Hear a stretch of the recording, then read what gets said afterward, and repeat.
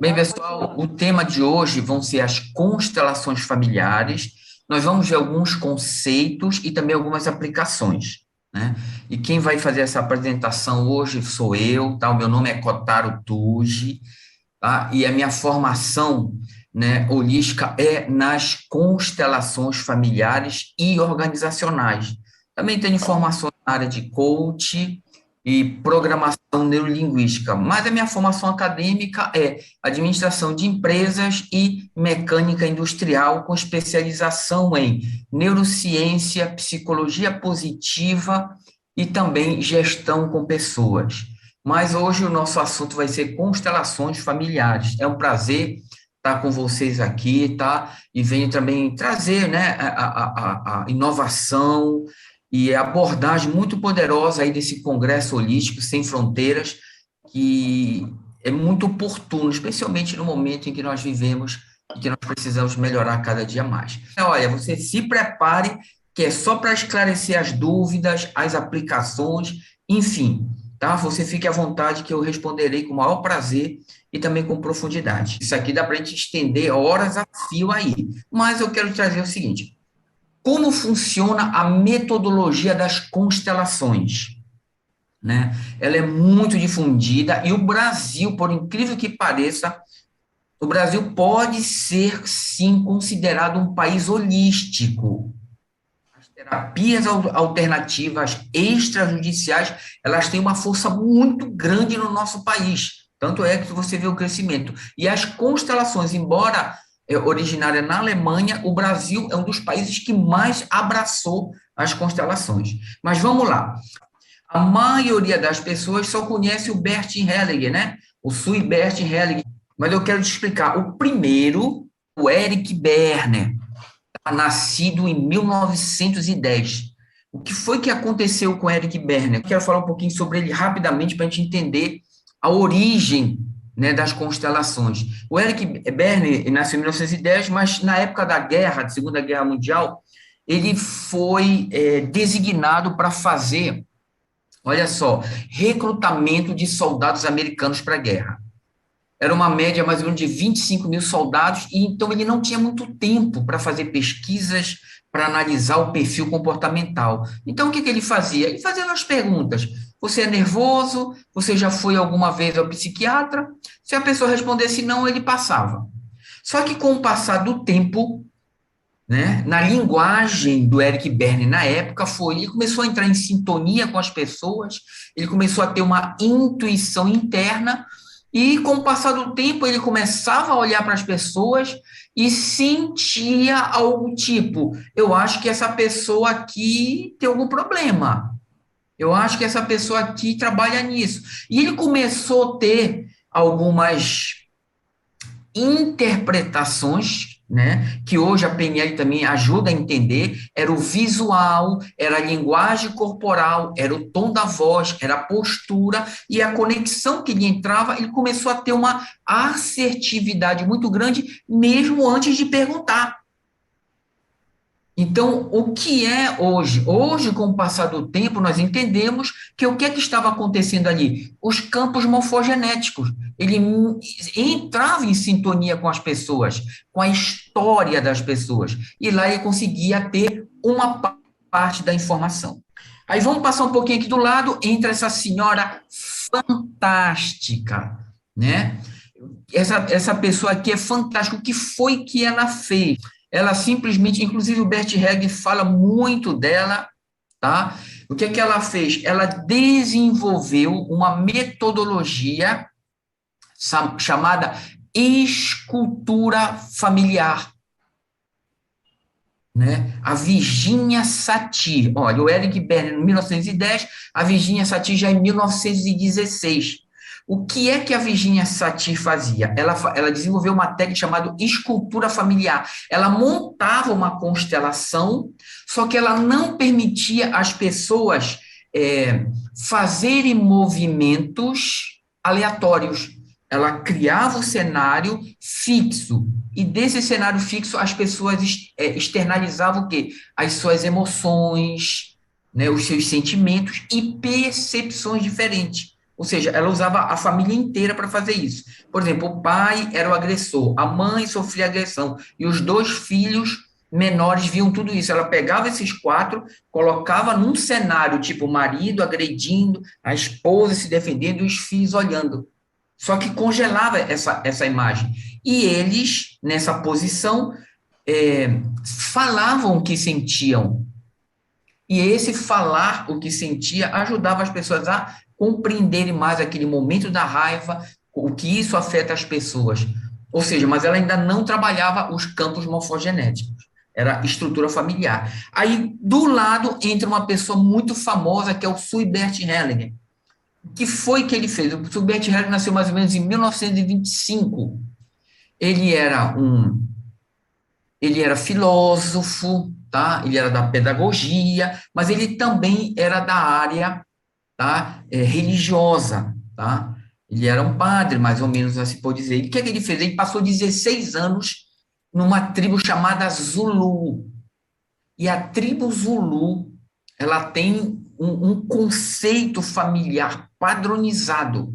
Então, o que é que o Bert fez? Ele pegou o conhecimento da Satir, ele pegou alguns entendimentos do Eric Berne, ele pegou, por exemplo, a hipnose ericksoniana do Milton Erickson, e ele passou a conviver na tribo Zulu, e lá ele passou a estudar a repetição comportamental. Alguns padrões comportamentais eram repetitivos. Então, o Bert percebeu a lógica de, se esses padrões comportamentais são repetidos e eu conseguir encerrar esse ciclo, a pessoa está livre, por assim dizer, desse comportamento indesejado. Tá? E os três princípios fundamentais desenvolvidos pelo Bert Hellinger é o princípio do pertencimento, né? Eu preciso sentir que eu pertenço a uma família, eu pertenço a uma clã, eu pertenço a um país, eu pertenço a uma cultura, né? E isso faz muito. Eu acho que é a essência do ser humano em se sentir pertencimento. Então, essa foi a primeira lei. A segunda foi o equilíbrio entre dar e receber. Então, se você observar as relações humanas, né, elas têm um padrão. Eu dou o meu tempo, eu dou minha atenção, eu dou carinho, eu dou amor, mas eu posso também dar dinheiro, mas o que é? Eu também preciso receber. E o Bert Helly percebeu que quando os padrões não estão, pelo menos, numa estabilidade, o que é que acontece? Os relacionamentos, em qualquer instância, eles tendem a entrar em colapso. Aquele que recebe muito fica um ingrato, e aquele que doa muito começa a se sentir um vazio, porque não está o que recebendo. Então, esse foi o segundo princípio. E o terceiro foi a hierarquia. Se você observar todos os sistemas, o que é que eu me refiro a sistemas? Os locais onde os seres humanos fazem parte. Sistema familiar, sistema organizacional, sistema imunológico, sistema político, sistema das redes biológicas, e assim vai. Então, sistemas é a integração de elementos, que podem ser pessoas ou órgãos, né, que estão em constante troca de informações e mudança. Então, esses três princípios, pertencimento, dar e receber, e a hierarquia, deixa eu finalizar, a hierarquia é o padrão de ordem. Colega, por incrível que pareça, a maioria das pessoas, quando ouvem falar em hierarquia, muitos se sentem constrangidos, outros se sentem amedrontados ou até coagidos. Mas tem um negócio muito interessante, a hierarquia, tá? A hierarquia é ordem. Se você olhar todos os sistemas, todos, eles têm uma ordem. É o oceano, é o mar, né? É o rio, são os igarapés, os lagos, isso é uma ordem, né? O sistema solar também tem uma ordem, né? E a nossa família também tem ordem, né? A questão de ordem não é poder, mas é o quê? como os sistemas podem funcionar de acordo com seus papéis. Por exemplo, eu não vou falar que o Sol é melhor que a Lua. Você vai ver que se você. Ah, não, eu acho que o Sol é melhor que a Lua. Você já imaginou você nunca mais ter uma noite?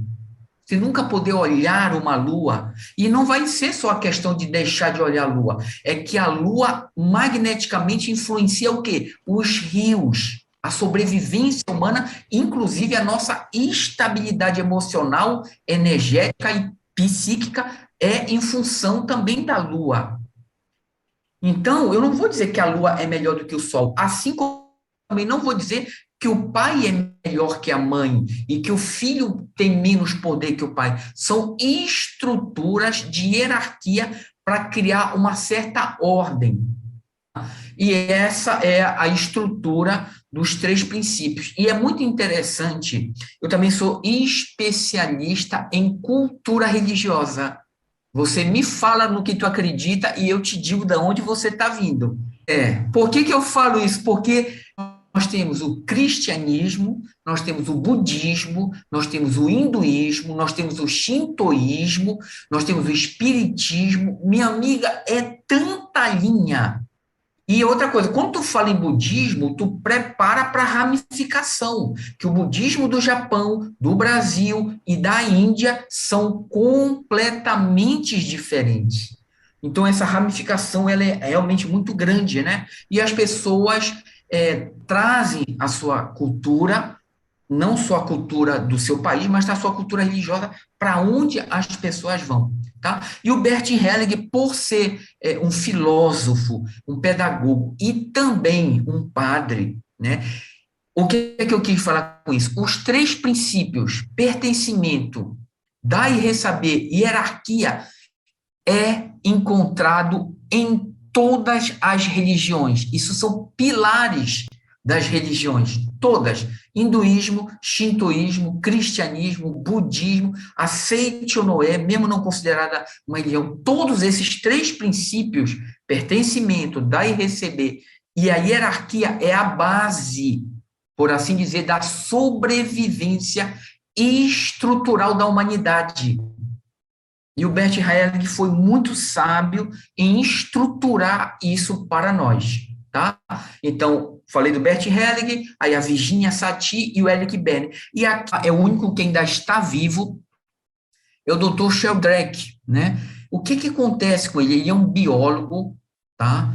E ele fez alguns estudos sobre os campos morfogenéticos. E eu quero explicar um pouquinho, tá? Para vocês, aonde entra os campos morfogenéticos. Olha só, bem simples, para a gente começar quem já tem essa experiência aprofunda um pouco mais, quem não tem vai começar. Ó, morfo vem da palavra grega morfe, que significa forma. Então, ó, forma. Tá? E genética vem de gênese, que significa origem. Então, numa linguagem bem simples, os campos morfogenéticos são campos de forma, campos de padrões, estruturas de ordem. O que é que significa isso? Toda a nossa jornada até hoje é armazenada nos nossos campos morfogenéticos. Lá tem a forma que nós fomos criados, lá tem os padrões dos princípios que nós herdamos e aprendemos, lá está a estrutura, a ordem dos nossos pensamentos. Aí tu vai dizer, mas isso é uma máquina? Não. Inclusive, os campos morfogenéticos são mutáveis. Por exemplo, se eu estiver conversando com a Larissa e ela me diz assim, Kotaro, eu acho que chover é ruim, especialmente à tarde. Aí imagina que passa um tempo, a Larissa está numa região onde chove pouco. Aí ela diz, pensando bem, eu acho que chover à tarde não é tão ruim. Por exemplo, a Larissa mudou de pensamento, mudou de atitude, essa informação, ela é o quê? Ela é modificada nos teus campos morfogenéticos.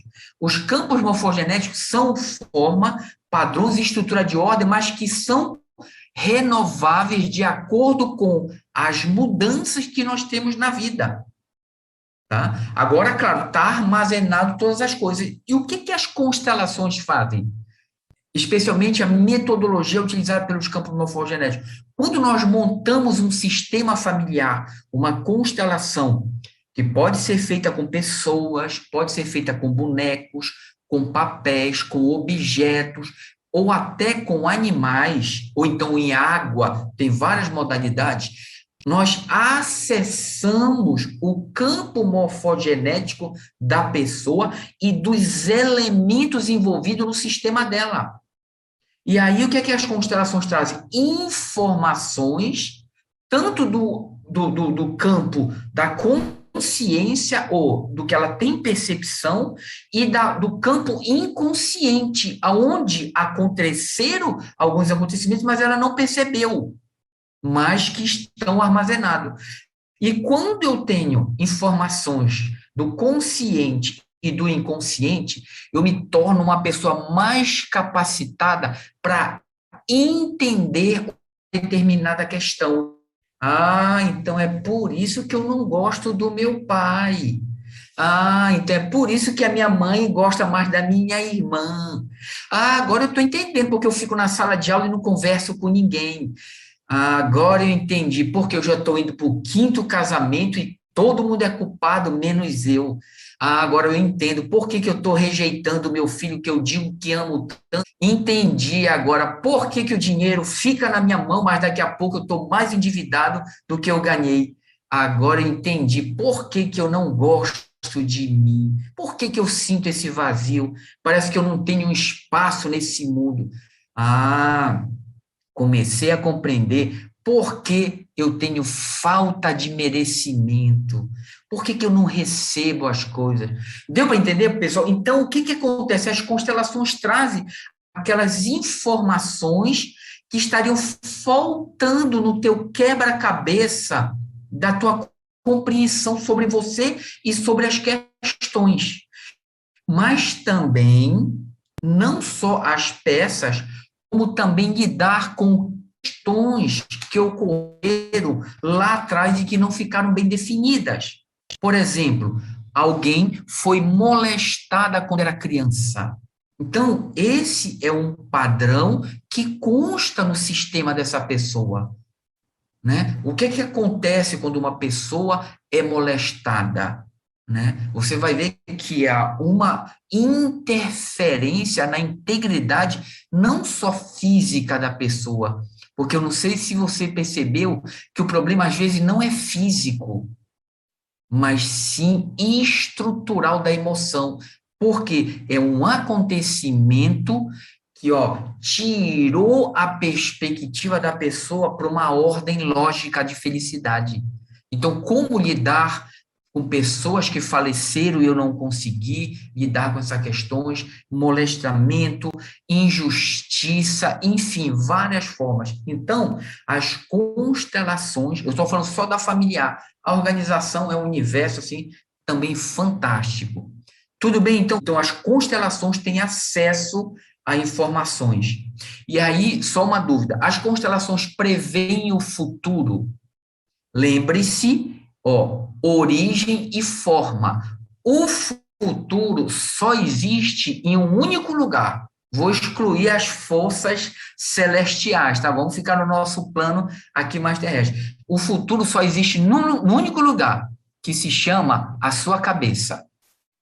Lá tu já foi para tudo que é lado. Tu já construíste o futuro até a tua velhice. Então, se eu fizer uma constelação para ver o futuro, ele vai trazer o que tem dentro da tua mente e não o futuro realmente real, porque ele ainda pode ser o quê? Construído. Mas se eu te fizer uma pergunta, como é que tu imagina daqui a 5 anos, tu vai ver que o teu cérebro vai fazer o quê? Reunir informações, projetar e dizer, não, daqui a 5 anos eu estou assim. Essa informação, ela aparece nas constelações, mas não é uma verdade absoluta, porque o futuro não foi construído. Agora, olha bem o que eu vou falar, todas as informações existenciais, as constelações têm acesso. Todas. Deixa eu te contar alguns casos já atendidos por mim, inclusive em tribunais, em vários lugares. Paternidade, inúmeras constelações. É o pai ou não é? Aí você pode dizer, não, é só fazer um teste de DNA. Sim, mas essa informação existe. Então, é possível fazer teste de DNA em constelações, é possível verificar se a negociação é verdadeira ou falsa, porque essa informação existe. Ou seja, as constelações têm acesso a informações existenciais. E um detalhe muito interessante, claro, para você fazer uma constelação, você precisa fazer parte do problema ou da solução. Ou seja, nós não podemos fazer constelações de pessoas que a gente não conhece. Por quê? Nós não vamos ter acesso às estruturas de ordem e padrões da pessoa. Então, o nosso primeiro sistema é o sistema familiar. O que é o nosso sistema familiar? É a nossa origem, tá? E eu coloquei aqui uma ilustração, pai, mãe, e outra coisa. Ah, mas eu perdi meu pai, eu fui adotado, eu não sei quem é o meu pai e minha mãe. Você não saber quem é o seu pai, você não saber quem é sua mãe, não significa que você não teve pai e mãe. É esse o princípio que nós temos sempre que lembrar. Tem gente que diz, aí, você tem pai e mãe? Não, não tenho pai. Pai você tem. Você talvez não o conheça pessoalmente, mas geneticamente e através dos campos morfogenéticos você tem ligação, sim, com as pessoas. Deixa eu te falar uma coisa, colega. Se você pensar em algo, por exemplo, eu estou aqui, pensando, então, aí daqui a pouco eu fico pensando, poxa, como será que o meu pai era? Me falaram que ele engravidou minha mãe, foi embora. Me falaram que ele era lá do norte de Minas. Mas a minha mãe não tem mais contato, ninguém tem contato. Poxa, eu teria um desejo tão grande de ver o meu pai. Isso são informações jogadas no sistema. Entendeu? Aí, mas eu não acredito nisso. Não é uma questão de acreditar, porque também ninguém acreditava na gravidade, ninguém acreditava em muita coisa, né? E hoje poucas pessoas conseguem explicar a origem do vento, e assim vai. A questão é possível sim você trazer informações de pessoas que estão longe e que você não tem contato, como verificar se a pessoa ainda está viva, em qual estado a pessoa se encontra, essa informação existe e eu tenho acesso, sim, a elas em algumas constelações. Então, o que é o comportamento sistêmico? Aprendemos o comportamento sistêmico, que é a genética é um comportamento sistêmico. E estudos da neurociência revelam que nós produzimos geneticamente flexibilidade, tá? Até 50% dos nossos pais e herdamos até a sexta geração. E o que é que nós herdamos? Nós não herdamos só a cor dos olhos, nós não herdamos só o gesto, o movimento, nós herdamos traços de personalidade, nós herdamos talentos dos nossos familiares. Agora, calma, talentos que nós herdamos precisam ser desenvolvidos. Mas nós temos muito mais do que você imagina dos seus pais e das suas mães e da sua família. Agora, o comportamento sistêmico é esse, tá? Por exemplo, se uma mãe olha, imagina que a mãe olha para uma criança de 10 anos e diz assim: minha filha, seja independente e nunca dependa de homem nenhum, senão tu vai sofrer na vida. Se uma mãe falar isso para um filho, observe que a filha nunca teve essa experiência, mas a mãe já. E o que é que a mãe está fazendo? Ela está transportando esse comportamento dela para a filha. Aí a filha olha para a mãe e diz: mamãe, eu vejo isso em você. A senhora sofre muito com meu pai. Aí o que é que ela faz? Reproduzir esse comportamento lá na frente. Aí, assim que chegar o príncipe encantado dela, ela não aceita. Por que ela não aceita? Por causa do comportamento sistêmico que ela aprendeu. Eu só vou falar dos comportamentos sistêmicos ruins, tá? Os bons a tua mãe te ensinou a ter paz, harmonia, a ser educado, a ser prestativo. Tudo bem? Então, agora eu vou falar mais dos comportamentos sistêmicos ruins. A mesma coisa é o pai. O pai olha para o filho e diz: olha, a partir de hoje, quando eu viajar, você é o chefe da casa. O garoto tem 8 anos. Aí ele olha: nossa, eu sou o chefe da casa. O senhor está me dando essa autoridade, então eu que mando agora, mando na minha mãe, mando nos meus irmãos, sou eu que mando. E ele passa a ter um comportamento sistêmico do quê? De poder, de controle e de fazer o quê? De manipulação às pessoas. Porque ele não está preparado para isso. Isso é um desenvolvimento. Então, o que eu queria dizer é, inclusive, já colocar assim uma coceirinha atrás da tua orelha. Sabe qual é? Se você tem uma coisa que não está indo muito bem e você já procurou soluções, já organizou, pode ser um comportamento sistêmico que você está reproduzindo. Então, eu posso te assegurar, se tem algo que não faz você avançar, que tu, sabe, não é tão compreensível, olha a palavra, provavelmente é algum comportamento sistêmico que você herdou quando criança, adolescente, e está reproduzindo ele nos seus relacionamentos, no seu trabalho e nos seus projetos e nas suas questões. E o que é que nós fazemos com esse comportamento sistêmico? Nós invadimos a vida dos outros com o nosso comportamento sistêmico. Agora, lembre-se que quando você se relaciona com alguém, a outra pessoa também traz o comportamento sistêmico dela.